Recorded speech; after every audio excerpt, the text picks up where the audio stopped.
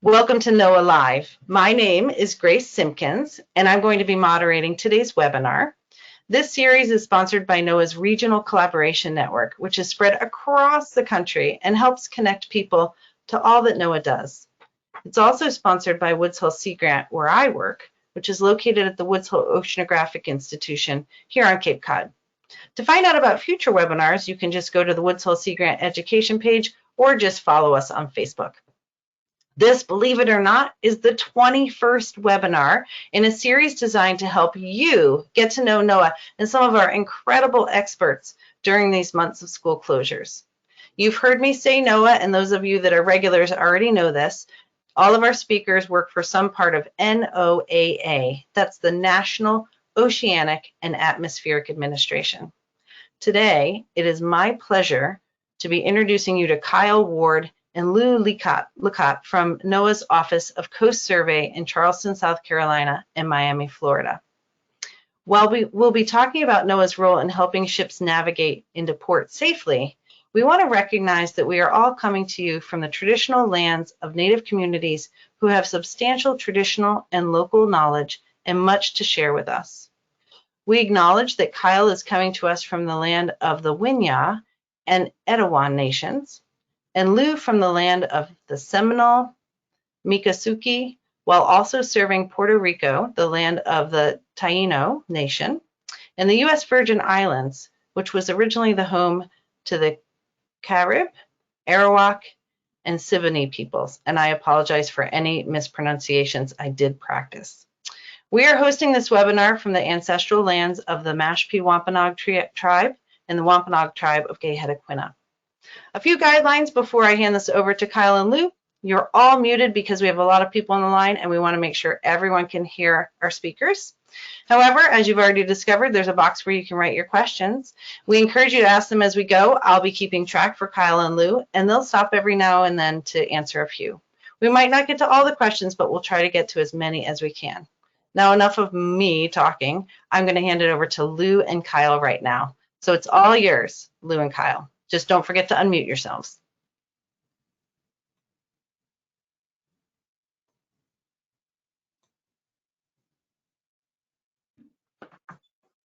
Hi, everyone. My name is Lou Licate. I'm in Miami, Florida. I work for NOAA's Office of Coast Survey. I've been with NOAA for about 7 years now, and I've studied physics and oceanography in order to get where I am.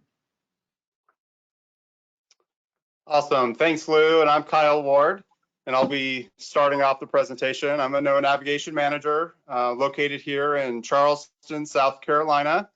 And I've got degrees in geography from the University of Cincinnati. I've been working for NOAA for 16 years, and we're really excited to see so many of you out there. And I wish I could see all of your faces, but I know you're out there all across the nation tuning in to learn more about NOAA and what we do. And Lou and I are really excited about that because we love what we do here at NOAA. And that's a picture of me on top of one of the bridges here in Charleston, South Carolina, getting some data for one of our nautical charts. So Lou and I are just two of the navigation managers that are located around the US. So if you're in a coastal state or in a state surrounding the Great Lakes, you have a navigation manager near you that you could look up and meet. So today, as the title said, we're going to be talking about the big ships that are out there. And how important they are to each one of us individually and as a nation as a whole, and especially as we're over the past few months have been quarantining and limiting our social distance from each other.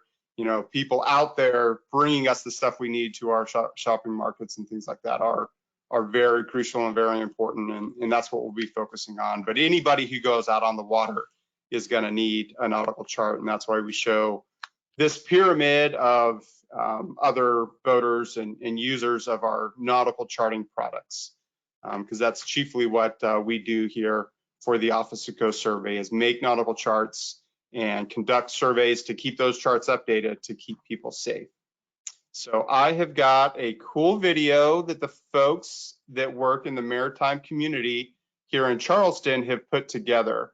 And I am going to show that now, and it gives you a sense of how important maritime commerce is to you.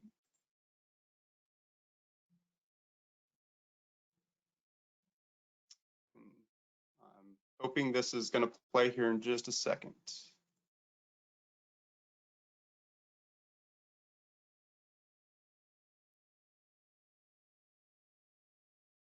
So we can see it, Kyle, but it is not playing yet. If you could hit the play button. Oh, there we go. All right.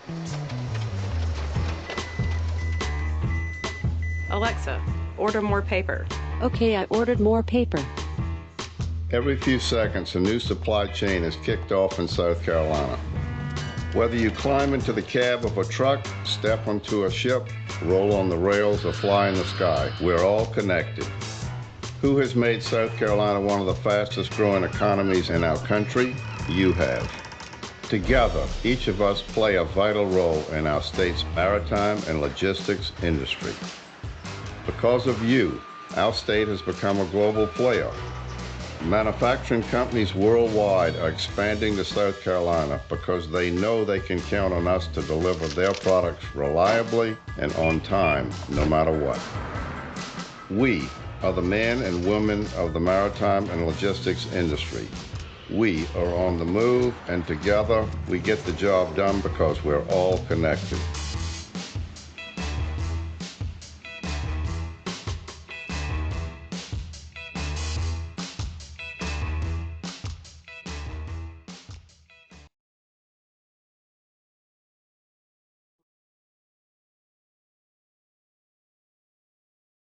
All right. So that gives you a feel of maritime commerce, how when you want to order something like paper, somebody needs to bring that to you, and it's coming from somewhere probably far away. And the transportation industry, including these big ships that I have on the screen now, are why they are so important. So what I have on here is just 3 examples of ships that play an important role in all of our lives. So the one on the top left, the MSC Goulson, is actually the largest container ship in the world today. And there's going to be 11 others that are going to be built just like it. And if you can count these little containers, there can be 24 across and 20 or 30 long. And they go deep down into the belly of the ship as well. And if you think about it, each one of those containers is what you would see on being pulled behind a semi-truck on the highway. So just imagine how many semi-trucks it would take if they were all stacked line on line. That would go a very, very long distance just on one of these ships. And on the right is a cruise ship. And those are a lot of fun, and a lot of people like to enjoy some vacation time on those. And then down on the bottom, you have a very large tanker ship that will either be bringing fuel in the form of crude oil or gasoline, or chemicals as well that are important for manufacturing. So all of these ships combined are very important to the maritime commerce. So I've got a question, and this one is for this, the MSC Goulson. How much weight do you think that this ship can carry? So that means not the weight of the ship itself, but how much cargo and fuel it would be able to carry. And I'll pause here to allow you guys some time to answer that question. Okay, that's a great question. So thanks for asking that, Kyle. And I'm already seeing some responses. I'm seeing that Kyle on the one of our attendees is saying that 2 tons. Lillian is saying a million tons. Duncan is saying 1 million pounds. Connor and Daniel think it's billions of tons. Ellie thinks 1 million tons. And yep, that seems to be, we have some folks saying 1,000 and 10,000. Yep. Yeah, great guesses. And really, this is like guessing the number of jelly beans in a jar. It would be really hard to guess. I wouldn't have been able to answer it either, but I looked it up. And the MSC Goulson has a dead weight tonnage, that means how much it can safely carry, of 228,149 tons. So one example, that would be 35,000 African elephants could fit on that ship very safely. So that is just an enormous amount of weight. So that gives you a sense of how much it can carry. This slide will show you a little bit about how long they actually are. So let me diagnose what's going on in this image right here. So this gray silhouette of a vessel is actually an aircraft carrier. So you can see the aircraft carrier, and we know that, or you know that, there's a runway on that aircraft carrier. So it is a very, very big ship, and it comes in at 333 meters long. So it's pretty long. The ship that we have in here in the background is a container ship, and it's actually 398 meters long. So even longer than an aircraft carrier. Now, if you think about that, I used to play football when I was in high school, so I kind of have a sense of how big a football field is. Well, this would be almost 4 football fields long. So if you've ever been on the highway and driving by a semi truck and think, man, that's pretty big, this just completely blows that out of the water. So, and you can see a few other things here. A London City bus would be just this small. A blue whale, which is the biggest whale out there, would be that big. All right. So for us to do our jobs really well, we need to know where these huge ships are going, and we need to know, are they going to hit the bottom? Are they going to have enough space to get through a narrow channel? So one of the systems that we use to identify where ships are going is this system called automatic identification systems. And this is a technology set up where every ship, especially big ships, are mandated to require special technology that sends a radio signal to all the other vessels around it. And it says who I am. It tells them how to get a hold of them if they want to call them on the radio. It tells them the direction they're going, how fast they're going, how deep they are, or what their draft is, how long they are, so that other vessels in the area can know who they are and know how to react to that vessel. So that's kind of what this graphic here on the left is showing. And on the right, it's showing a map of just a snapshot of that data. And you can see that there's lots of ships out here in the open ocean, and there's a whole lot more. And these purple ones actually signify a little bit smaller vessels. They're sticking towards the coast a little bit more, and even down along the Keys. This is the south coast of Florida near Lewes region. Well, if you look on this graphic on the left, there's you can have a radio tower with an antenna on it that receives these signals. And there are systems out there all over the US that are logging this data, and we take that data and then map it. And I'm going to show you an example of what that looks like. And I've got another short video that I'll play right now that shows you what worldwide AIS traffic looks like.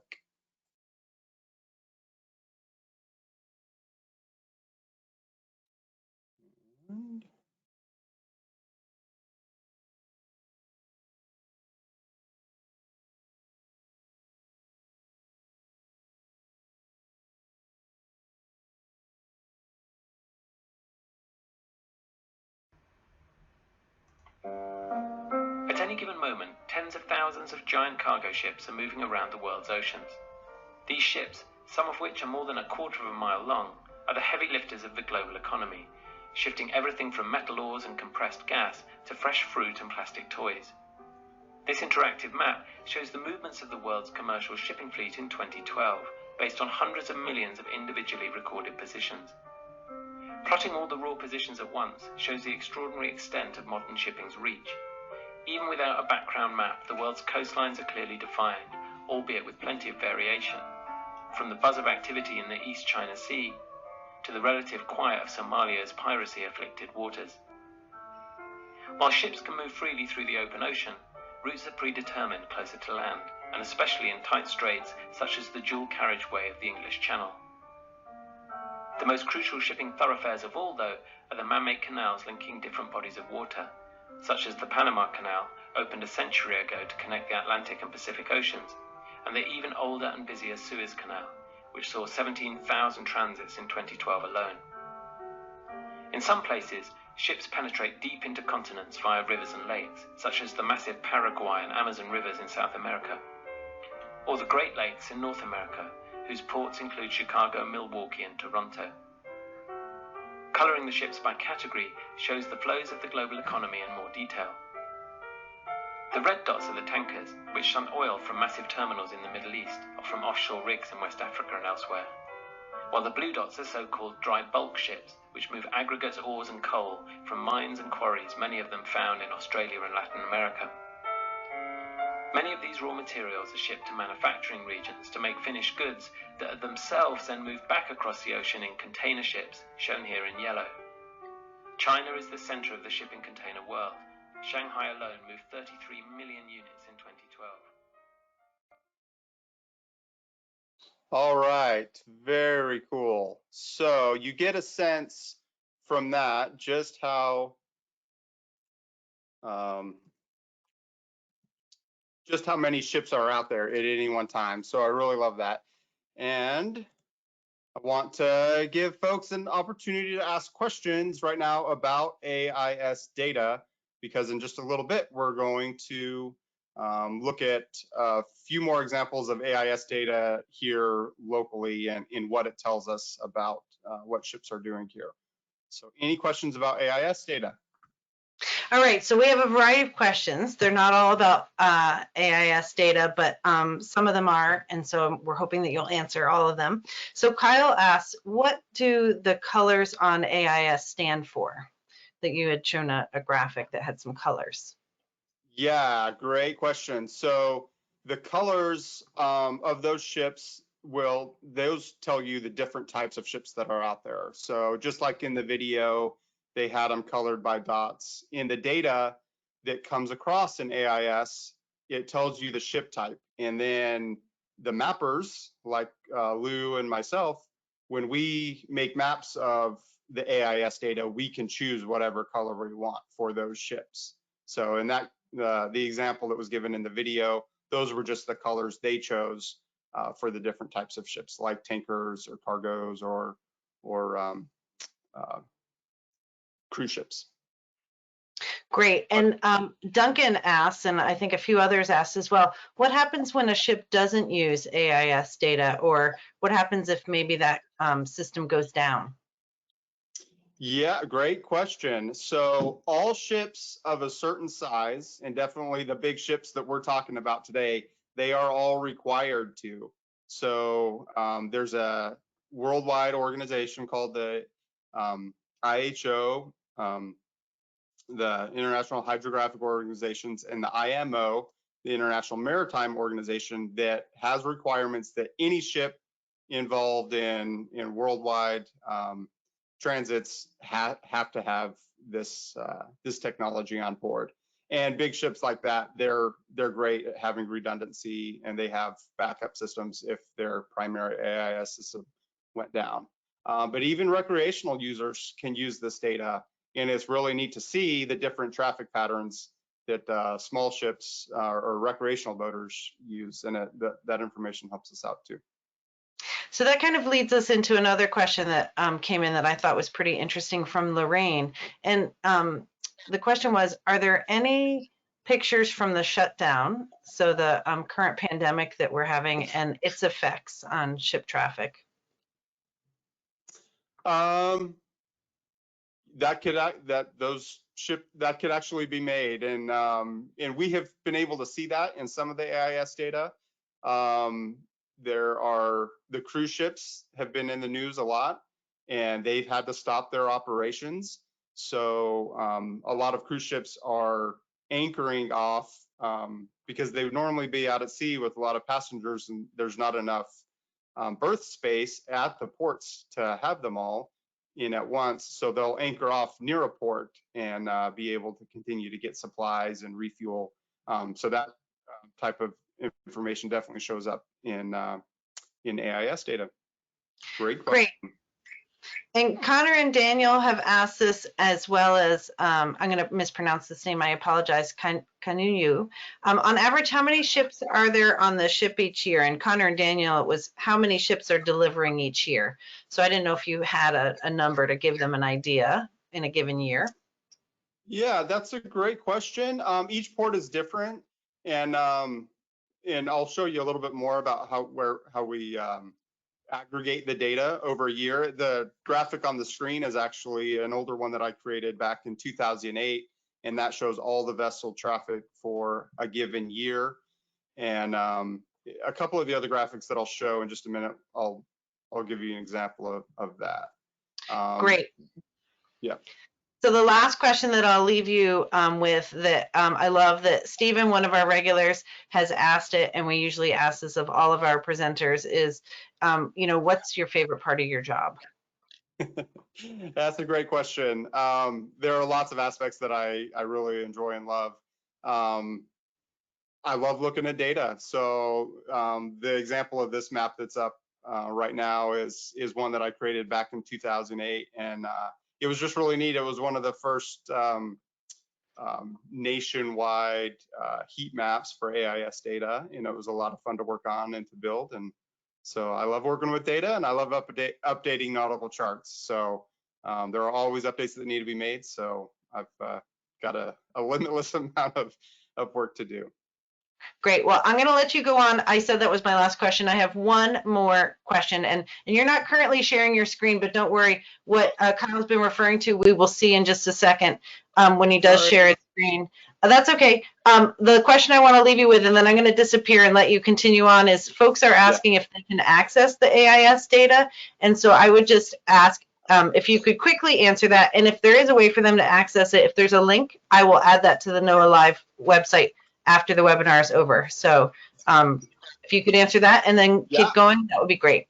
Yeah, absolutely. And sorry for not sharing my screen, but yeah, so most of the examples of the data that I'll be showing from AIS is available on marinecadastre.gov. But if you just Google NOAA Marine Cadastre AIS, it'll pop up. It'll be one of the top hits. So yeah. That's where you go. And there are other sources of AIS data out there. And you can, if you just want to view a live map of data, you can Google like vessel traffic, or and there are some sites out there that will show that. So great, thanks. I just shared that website with everyone. I will add it to the NOAA Live website. But thanks for answering our questions, and carry on, Kyle. Thanks. All right, no worries. All right, so we're gonna focus in here on Brunswick, Georgia. And Brunswick's been in the news because there was a container ship carrying, it was actually a ro-ro ship that carries cars and trucks and things like that. Brunswick is a large ro-ro port with a lot of cars and trucks being imported and exported from there. And this is a sample of their chart as you are going into, from the ocean on your right into port. So the question would be, I want you all to think about what you would want to avoid coming in to a port like this. Are there any things on the chart that you would say, if I'm driving a big ship, I'm going to stay away from? Okay, great question. So what Kyle is asking you to do is take a look at that chart that he's showing you on the screen right now. Are there any things you see that you think a ship might want to avoid? I know Lillian and Stephen are saying that they'll obviously want to avoid other ships. I have someone saying strong currents, the fish havens that you mentioned. Ellie thinks that maybe the lines have significance, and so maybe the lines are showing something. Sloan is saying where there's land, it looks like maybe there's a little land on the chart. They want to avoid the land. And Yeah. oh, someone else thinks maybe the pink areas. So I'll leave you at that. Yep, those are our ideas. Great. Yeah, great answers, everybody. Yeah, so there's lots of clues on the chart to help a mariner know where they want to go and where they don't. And someone mentioned the fish havens or obstruction fish havens. So there's one here, and there's a circle obstruction there, and then there's this big box obstruction out here. You definitely want to avoid those because that's a place that's designated by the local area that you can drop things here if you're permitted to do so, and it's to help out fish and to build reefs where coral reefs don't naturally grow. You can build your own reef, and it's very beneficial to the ecology of the area. There's also just a shoal up here, right, very near the channel, that if you were in a ship that drafts more than 30 feet, you would want to avoid this area because you would run aground right there. So now we're going to look at the AIS data and see, are the ships actually avoiding it? And this AIS data is a year's worth of data just for the cargo ships. So you can see the legend down here. It's 2017 data, cargo ships. And I want to, again, credit the Marine Cadastre. It's from the Office of Coastal Management that works here in NOAA. They put this data together, and it's a really, really great service that I use all the time. So someone asked the question earlier, how many ships transit? Where in these really dark blue areas, you can see the highest amount is around 8,456. So as it gets lighter, there's a little less traffic, but they're also spread out a little as they get further away from the port.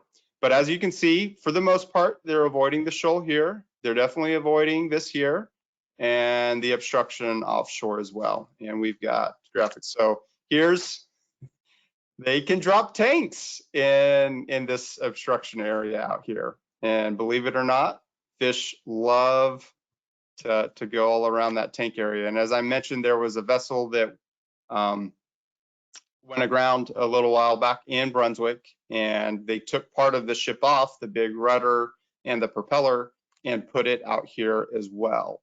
So definitely, if you're a big ship, you wouldn't want to run into that. And there's just a picture, and I'll credit the Department of Natural Resources from the state of Georgia that put this video together. But you can see there's just algae and other things growing all over it. It looks like some hard things as well, and a fish in the background. So they love these reefs.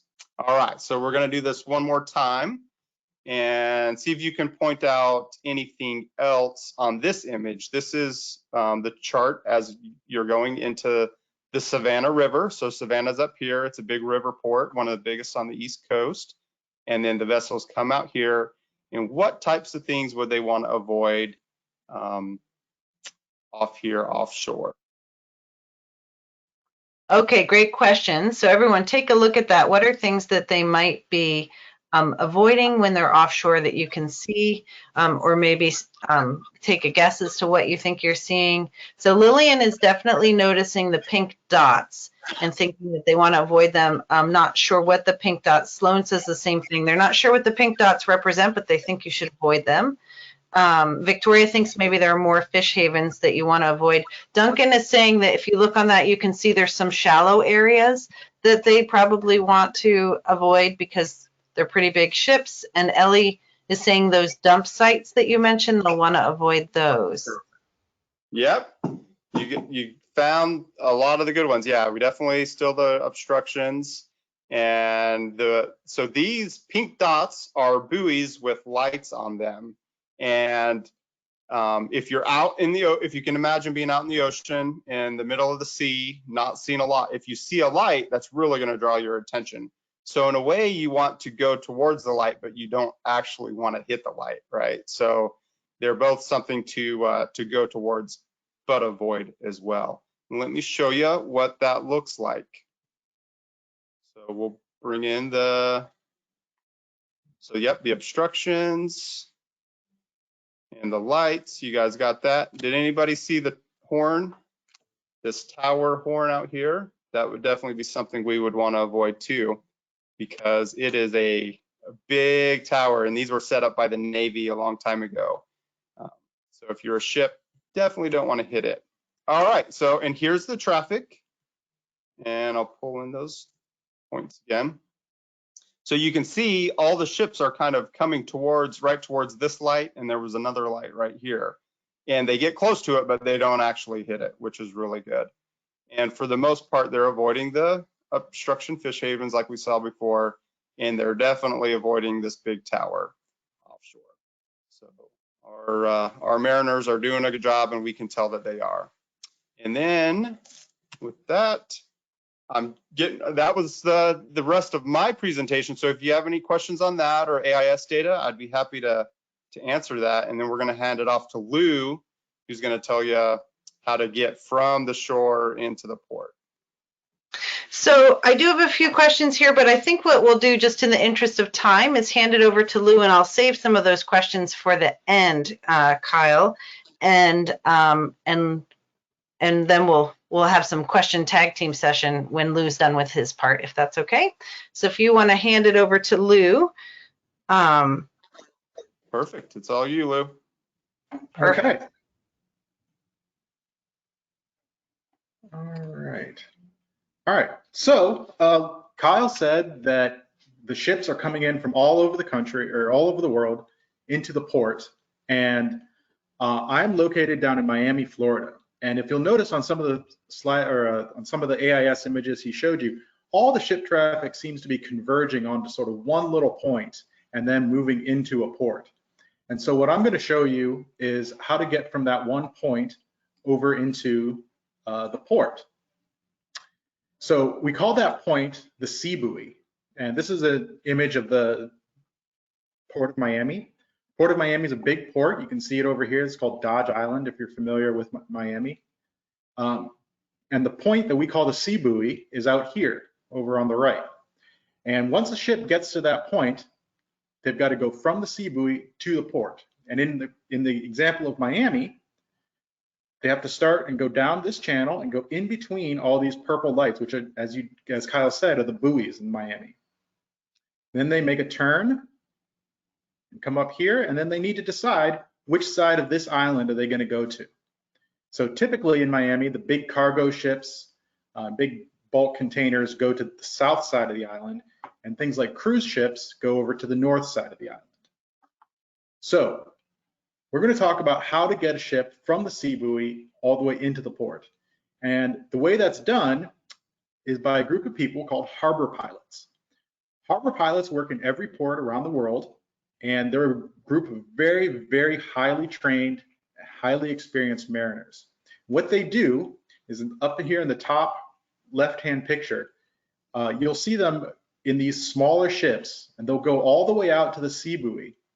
Then they'll climb up a rope ladder up the sides of these big ships so that they can pilot them into the port. Once they're in the port, they offloaded and then reloaded with other cargo or passengers. They'll get back onto the ships, take them all the way out to the sea buoy, climb back down the rope ladder, and then back onto their little ships and come back into port. And the reason that they do this is because they're so highly skilled at knowing the specific conditions and specific information in a particular port that they're the best people to do this. So let me ask you, what kind of information or data do harbor pilots need to safely navigate a ship into port? Okay, great question, Lou. So what we're looking for is for you to write in, what do you think that the harbor pilots need to get the ship safely into port? And I see that Sloan is saying that they need maps, which I know, thank you, Lou and Kyle, for providing them with such great maps. Kyle is saying wind speed and direction are probably important. Connor and Daniel are saying how deep the water is. Sloan and Isabella are saying, you know, they really need to know where those fish havens or reef locations are because they want to avoid them. Jake says they definitely need to know where the shipping lanes are and charts to know where the shallow places are, and I imagine to know the direction so that they're not hitting ships that are coming the other way. Anne thinks maybe GPS, and I'll leave it at that because I gave you a long list, I think. Okay, yeah, those are all absolutely correct and great answers. NOAA provides all those types of data to harbor pilots so that they can safely navigate. So here are some examples from Miami of the kinds of data that a harbor pilot would have at the ready and be looking at all the time. So we provide them with water level data so that they know the height of the water based on the tides of the day. The currents in the area. Miami is known to have very strong currents. And even though we're talking about ships that are 100, 200,000 tons, a strong current could still move those ships. And so they need to know that information as well. We heard of information about the wind speed and the wind direction, and the wind can absolutely blow the ships around even though they don't have sails on them. And we also heard that they need accurate maps and charts, which is exactly what Kyle and I make. We take all that data, and if you watched the webinar that Michelle and Pete gave a couple of weeks ago, you heard about hydrographic surveying. We take all the hydrographic surveying information and the data from the buoys and data from other sensors that we have and give harbor pilots these types of maps. And these types of maps are used to determine where a ship can and can't go when it's entering into ports just like Miami. So here, this blue area means that the water is very deep here. This is the main channel in Miami Harbor. This is called Government Cut Channel, if you're familiar with Miami. The blue means that the deep draft ships can go right in there. It can go right along the side, so it can go into the berths. But the red data is sort of giving you a warning. That's the shallow area. These shallow areas are places where you don't want to take big ships into because they'll run aground and they'll hit the bottom, and that's not a good thing. And so the harbor pilots use this kind of information every day to determine when and if a ship can come into port. And we do all of this because every day, like Kyle said, there are hundreds and thousands of ships traversing the oceans, and they're bringing everything from all over the world, whether it's computers, cars, groceries, fuel, all into the ports so that they can get onto the road and get to your homes so that you can enjoy the things that you have on an everyday basis. And so let me pause right there and see if anyone has any questions before we continue on. I'm glad that you paused because we do have some questions. And actually, I'm really glad that you showed us this slide because one of the questions we had from early on from Abigail is what was in the cargo containers. So I was glad that you answered that. I knew it was coming, Abigail. That's why I held off. So Connor and Daniel ask a interesting question. Does the ocean have a traffic controller like an air traffic controller would be for planes? Does the ocean have something similar? So the ocean as a whole wouldn't have that because there's just so much going on all the time. But each port does have what are called harbor masters. And they're basically saying when ships can and can't come in. And also the pilots will say when a ship can and can't come in or which ships can and can't come in. Additionally, the Coast Guard is always working around the country to determine the safety of ships and to make sure that everything is going to come in at a timely manner. So it's very similar to air traffic controlling like that. Great. And Juan, another one of our regulars, asked a question. I always love to hear your answer, and that's how did you get your job? Well, so I started working for NOAA doing analysis of the types of data. So for example, this type of data, the office I worked for before did this. And I got the job that I have now because I understood how this type of data works and how the analysis can work, and then how to make that effective onto a map like this. And so that's the kind of thing that they like to have, people who know what it is we're doing and how to make these types of things to help commerce move along.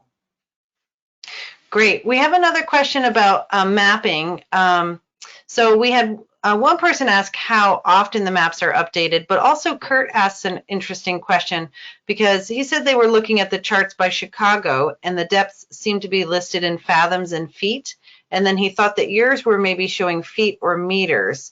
So he's wondering if there's a consistent way of measuring that maybe folks use for maps and how to know, how to tell what you're looking at.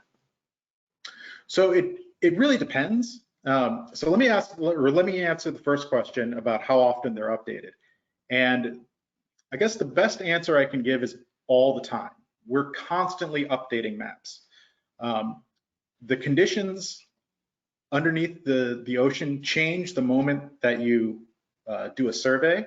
And so once we do a hydrographic survey and we know the bottom is, say, 10 feet or 10 fathoms deep, within minutes, if a storm comes through, a rock could be moved, there could be an underwater landslide, and that information is almost immediately out of date. And so we're constantly updating the charts as much as we possibly can with as much data as we possibly can. In terms of the depths that you'll see listed on a chart, it really kind of depends. The kinds of images that Kyle and I have been showing you are called raster charts. And these types of charts are essentially just a picture, sort of a traditional map that you'll see.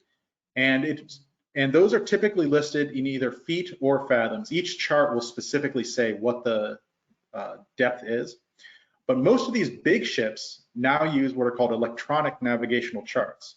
The electronic charts, you can choose to see the depths in meters, feet, fathoms, or whatever unit of measure you would like.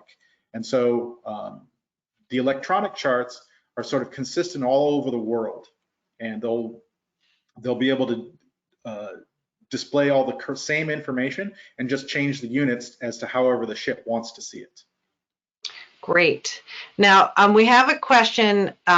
Olivia has a ship ever flipped, or we also have Anna asking, has cargo ever fallen off before? So rather than asking that question of you, Lou, can I give them an assignment to Google the rubber ducky incident to see? I think they'll be able to find a lot of information about whether cargo has fallen off if they Google the rubber duckies.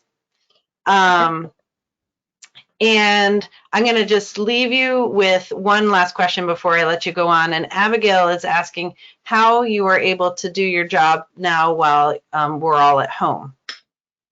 So mostly what I do is I will still talk to the harbor pilots and talk to the Coast Guard on the phone. One of the parts of my job that I'm going to talk about in a second is to respond to emergencies. And in the event of emergencies, we're authorized to go to leave and go and sort of go out of isolation in order to respond to an emergency. But for right now, it's mostly what we're doing is we're updating the maps, which we don't actually need to go anywhere for. We just need to get the data that we have, and then still talk to people on the phone and coordinate activities that way. Great. I'm going to save any questions we have and let you move on. I know you have some really interesting things to share with us. Okay. So another part of Kyle and I's job is called emergency port recovery. This is a big function of our job. And we were talking all the time about how there's thousands of ships coming in all the time, carrying all the goods that you normally need for everyday life. And so it's really important that ports continue to operate. And ports will operate 24 hours a day, 365 days a year. There are no holidays at a port. And so in order to make sure a port keeps operating, sometimes there are emergencies that a port has to stop operating. And so when that happens, NOAA, the Coast Guard, the Army Corps of Engineers, and the harbor pilots will all get together and work as fast as we possibly can to recover the port and to make sure that everything starts working again. We use small ships like this, if that's called for, or we can use big ocean-going ships like this. And what we do is we go out and we get the kind of information and anything that's needed at the particular time in order to make sure that a port can keep operating. So let me ask you, what kind of an event would cause a port to stop operating? Okay, another great question. So go ahead and type that in, kids. What kind of event do you think would cause a port to stop operating? Abigail thinks maybe if cargo containers fall off and maybe block the way. Kyle thinks actually a lot of Kyle, Ellie, Wesley are all saying, and Dawn, hurricanes, tornadoes, someone else is saying, an oil spill is coming from Duncan and Olivia. And is saying if the ships you know, have some malfunctions and maybe start blocking the way if you have maybe a motor breakdown. And Connor and Lucas are saying tsunamis, water spouts. So natural disasters, they're saying big storms. Yeah, those are all absolutely correct. Any one of those could stop a port from operating. We don't want any one of those to ever happen. But as I said before, I'm located down here in Miami, Florida. And a lot of people think that Miami and the Caribbean is white sandy beaches and palm trees and nice sunsets, and it is for a lot of the time. But as a lot of you mentioned, a lot of the times we get big hurricanes, and big hurricanes are what causes ports to stop operating most often in my region. And so this is why emergency port recovery is a big part of my job. Hurricanes, as you've seen before in other webinars, are huge storms, and they cause a lot of wind and a lot of waves. And like I said before, waves can cause the seafloor to change, and they can cause disasters. They can cause things to fall off ships. All of that is a danger to navigation, and we want to stop all of that from happening. So here in Miami, because you've seen in other webinars that we're getting pretty good at forecasting hurricanes and knowing a few days ahead of time when a hurricane is coming. In Miami, when a few days ahead of a hurricane, the whole port gets emptied out. So normally in an image like this, you would see ships all along here and all along here. Big cruise ships would all be right over here, and there would be cargo containers stacked really high right here. But before a storm, everything goes out. Everything goes to somewhere else. The cargo containers are moved just to make sure that there's as little damage as possible can happen from a hurricane to the port. But during a port recovery operation, let me ask, what kinds of things are we looking to do, and what are we trying to do? Okay, so the question is, when after it has been closed, what are the kinds of things that they need to do to help the port recover? What do you think? So go ahead and send me your answers. So Wesley says you just need to fix stuff up. Ellie says you might need to clean up the debris that the storm has caused before you can open the port up again. And Sloan says you might need to chart the seafloor changes so that folks can come in and out safely. Abigail says maybe secure any containers that have, been knocked or maybe put in an unstable condition. Kyle says you want to make sure all your structures are stable and secure and fix anything that needs to be fixed. So a lot of fixing and cleaning up trash and updating charts. Yeah, that's all correct. What we'll do during a storm, or excuse me, after a storm, is we'll coordinate with the Coast Guard on ships like these, and you'll see this black equipment right here. This is a sonar system that we can take and strap onto the side of these types of ships and to go do hydrographic surveys. We also need to clean up ships and debris that end up on land. So it's a lot of times ships get blown onto land by the waves and the wind, and we need to go and make sure that those are all taken care of, because they're typically carrying oil or gasoline, and we want to make sure that there's no oil or environmental problems that happen afterwards. And if you saw Michelle and Pete's talk a few weeks ago about hydrographic surveying in Alaska, we look for a lot of the same things. We go and do hydrographic surveys so that we can find any ships that may have sunk, like this one up here. We go and try and find anything that's fallen off a ship. So this right here is actually a cargo container that fell off of a ship. We want to make sure that we know where it is. We also get images like this. This is actually what's called an exposed pipeline. So what happened is the seafloor moved and a pipeline got exposed. And so it could be carrying anything like sewer waste, water, oil, gasoline, but we want to know where that is. And before any ships come in, as long as we know where something like this is, we can put it on the charts like this, and the harbor pilots will then know either there's a real danger here and we need to avoid it. Maybe it's not that big of a deal. If, for example, this cargo container was located up here in this region, then it's not that big of a deal. Ships can still come into this region down here, and we can deal with it later. But as long as we know where that information is, we can put it on the maps and give these maps to everyone involved in the port. We can start to recover the port. And the reason we want to do that is because, like Kyle was saying, these ships are huge and can carry huge quantities of supplies. So immediately after a storm or any kind of natural disaster, the first ships that come into a port are always going to be ones carrying food, medical supplies, water, anything that people need in order to make sure to recover from the event that happened. And so the sooner that we can get these ships in, the more cargo we can offload and the quicker an area can recover from any type of disaster. So let me pause here and ask if anyone has any questions for either Kyle or I. Great. So I have been saving a couple of questions. First, we asked this of Kyle, so I'll ask this of you too, Lou, because some folks have been asking, what's your favorite part of your job? Well, let me go back a few. Sometimes in my job, I get to go out with the harbor pilots and I get to climb up the rope ladder and climb down. And that's really fun to do, especially if it's a nice day. You get to go out on the water and just kind of have a nice time. And it's a little nervous going up the rope ladder sometimes, but it's a lot of fun. Great. And Sloan's been asking if a cargo container is knocked off, can we retrieve it? So to either one of you, we talked a lot about cargo falling off. Do they ever go and get it back? Sometimes they certainly do.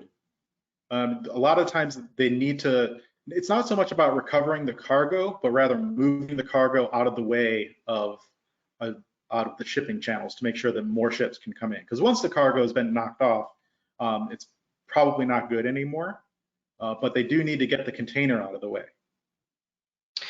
Great. And Ellie's wondering if you've ever accidentally mapped a fish, a shark, or a whale on your maps thinking that it was something else? I mean, certainly that can happen.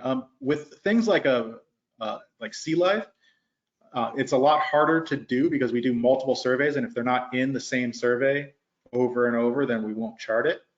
But we will. But every once in a while, the data that we get doesn't cover a particular area, so maybe we don't know that there's a rock in an area, or maybe we have old data and a rock has been moved, and we just don't know about that. And so that's why we need to keep doing surveys all the time in order to keep updating the maps. And we have had examples where our sonars have seen a whale or a large school of fish, and we can usually pull that out of the data and make sure it doesn't make it to the chart. Interesting. So Kyle is asking, what's the most damaging event you've ever had to your port, and how long was it closed? So there aren't, well, in terms of the damage to the ports down here in Miami, probably the most damaging event was Hurricane Irma. Hurricane Irma closed the port for several days. We had to do some surveys to make sure that everything was okay. And eventually we had to bring in all the cruise ships. They had thousands and thousands of people offshore into the port. It took a few days to do that. And it was such a big storm that we had to do the same thing all over Florida, like in Tampa and in Key West, Jacksonville, other parts of Florida. In Puerto Rico, obviously Hurricane Maria was devastating to the island, but that closed the ports for some time. We also needed to do, again, the same thing, do the recovery operation to make sure that ships and supplies can get back in. So anytime there's a hurricane, that's potentially a huge damaging situation. Great. And another interesting question that came in is, do you have maps of all of the oceans? So I think that we have had some speakers talk about this before, so I would encourage you to look back on some of our other webinars. But I think we've talked a lot about mapping the coastline, so they're just wondering, how do you map like the deep ocean as well? So our specific office doesn't do that. We're looking mostly to map the coastline because that's where the most danger is. But there are other offices in NOAA that do go out and map the whole seafloor.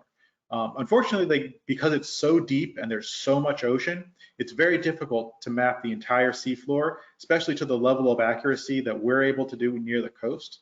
But all those efforts are all underway. In fact, there's a lot of international efforts about seafloor mapping in the next few years, and we're trying to get as best pictures as possible of the seafloor and try and make as accurate maps as possible.